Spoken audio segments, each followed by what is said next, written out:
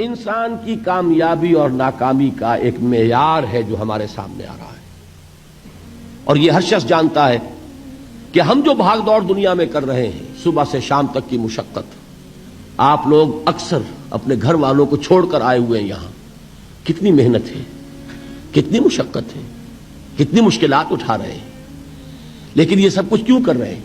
کامیابی کے حصول کے لیے۔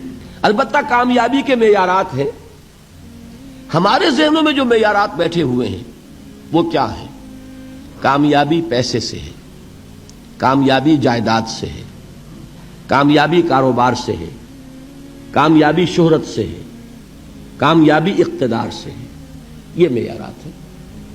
جو جتنا دولت مند اتنا کامیاب، جو جتنا مشہور اتنا کامیاب، جو جتنا پاپولر اتنا کامیاب، جو حکومت پر پہنچ گیا کامیاب، جس نے بڑا کاروبار جما لیا کامیاب، جس نے بہت جائیداد بنا لی کامیاب۔ یہی ہے اصل میں ساری بس کی گانٹھ۔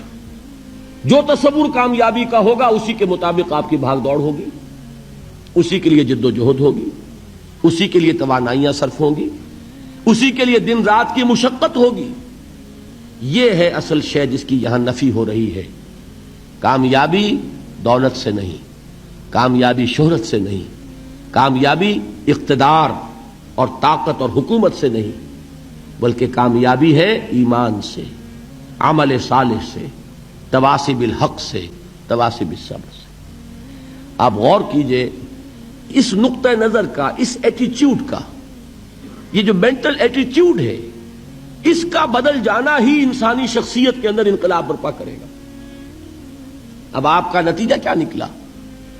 اگر تو دولت سے کامیابی ہوتی تو قارون بہت کامیاب تھا، اگر حکومت سے کامیابی ہوتی تو فرعون اور نمرود بہت کامیاب تھے۔ کامیابی ان سے نہیں ہے۔ کامیابی انسان دولت میں قارون کی دولت تک پہنچ جائے، اور دنیا میں دبدبہ اور اقتدار اور سلطنت اور حکومت کے اعتبار سے وہ نمرود اور فرعون کا مقام حاصل کر لے، وہ ناکام ہے، خائب ہے، خاسر ہے، برباد ہے۔ اور ابو ذر غفاری کامیاب ہے، چاہے ان کے پاس کچھ نہیں تھا، جھونپڑی تک نہیں تھی، کوئی گھر نہیں تھا۔ حضور نے فرمایا ہے اللہ کے کچھ بندے ایسے ہوتے ہیں جو کسی محفل میں جانا چاہیں تو انہیں اجازت نہ ملے، جو کہیں اگر رشتہ کرنا چاہیں کوئی ان سے رشتہ کرنے کو تیار نہ ہو، کہیں کوئی سفارش کرنا چاہے تو ان کی کوئی بات ہی نہ سنے۔ لیکن اللہ کے ہاں ان کا وہ مقام ہے کہ اگر بھولے سے بھی کسی بات پر قسم کھا بیٹھتے ہیں تو اللہ ان کی قسم کی لاج رکھتا ہے۔ یہ ہے فرق، یہ جان لیجیے اچھی طرح۔ اس بات کا مان لینا آسان، اس پر سبحان اللہ کہنا آسان، لیکن اس کے مطابق آپ کے اپنے ذہن کا بدل جانا بہت مشکل، اس لیے کہ ہم متاثر ہوتے ہیں اپنے ماحول سے۔ وہ بڑا محل ہے، دیکھ کر ایک دفعہ جھرجھری آتی ہے، کوئی بڑی سی 20 فٹ لمبی کار سناٹے کے ساتھ آپ کے پاس سے گزر گئی، ایک دفعہ اعصاب کے اندر ارتعاش ہوتا ہے، محسوس ہوتا ہے بڑے یہ نصیبے والے لوگ ہیں، بڑے خوش نصیب، بڑے کامیاب، حالانکہ کچھ معلوم نہیں کہ یہی سب سے بڑی بد نصیبی ہو سکتا ہے کہ یہی سب سے بڑی ناکامی ہو۔ اگر ذہنوں میں یہ بات بیٹھ جائے کامیابی کس شے سے، یہی وجہ دیکھیے قرآن مجید میں بارہا آپ دیکھیں اولئک ھم المفلحون، یہ ہے لوگ کامیاب ہونے والے۔ آج یہ آپ نے نماز میں وہ آیات سنی، یا ایھا الذین آمنوا ارکعوا واسجدوا واعبدوا ربکم وافعلوا الخیر لعلکم تفلحون۔